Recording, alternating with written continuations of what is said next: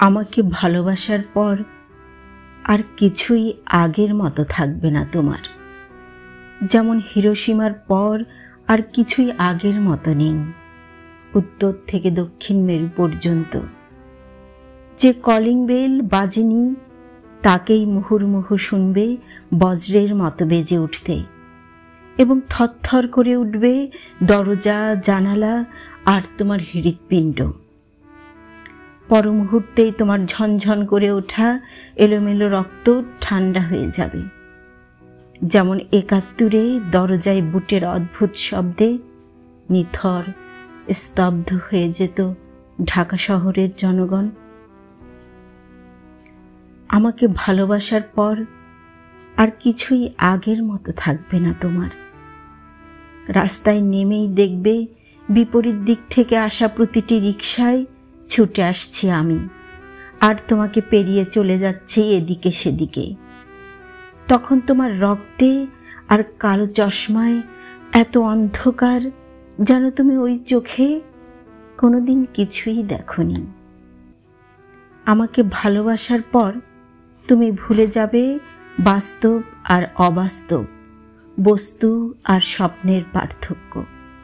সিঁড়ি ভেবে পা রাখবে স্বপ্নের চূড়োতে, ঘাস ভেবে দুপা ছড়িয়ে বসবে অবাস্তবে। লাল টকটকে ফুল ভেবে খোপায় গুজবে গুচ্ছ গুচ্ছ স্বপ্ন। না খোলা শাওয়ারের নিচে ১২ই ডিসেম্বর থেকে তুমি অনন্তকাল দাঁড়িয়ে থাকবে এই ভেবে যে তোমার চুলে, ত্বকে, ওষ্ঠে, গ্রীবায় অজস্র ধারায় ঝরছে বোদলেয়ারের আশ্চর্য মেঘদল। তোমার যে ঠোঁটে চুমু খেয়েছিল উদ্যম পরায়ণ এক প্রাক্তন প্রেমিক, আমাকে ভালোবাসার পর সেই নষ্ট ঠোঁট খসে পড়ে সেখানে ফুটবে এক অনিন্দ গোলাপ। আমাকে ভালোবাসার পর আর কিছুই আগের মতো থাকবে না তোমার। নিজেকে দুরারোগ্য ব্যাধিগ্রস্ত মনে হবে, যেন তুমি শতাব্দীর পর শতাব্দী শুয়ে আছো হাসপাতালে। পর মুহূর্তেই মনে হবে মানুষের ইতিহাসে একমাত্র তুমিই সুস্থ, অন্যরা ভীষণ অসুস্থ।